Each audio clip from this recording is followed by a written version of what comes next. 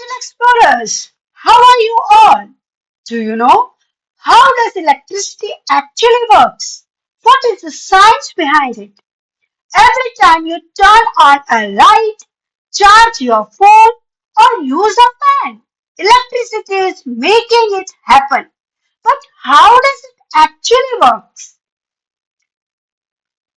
Everything around us is made of atoms, and atoms contain tiny particles called electrons.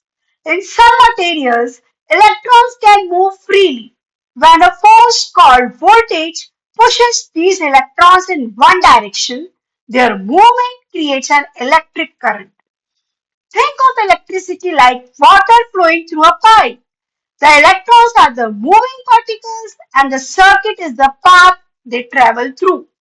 A battery creates the push that moves electrons through wires.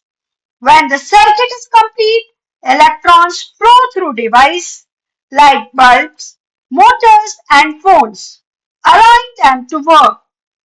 Electricity does not disappear after powering something. The energy is transferred and the electrons continue moving in the circuit. So, electricity is simply the movement of tiny electrons controlled by energy and circuit. The science behind your everyday life. Electricity is not used up. It just moves in a loop.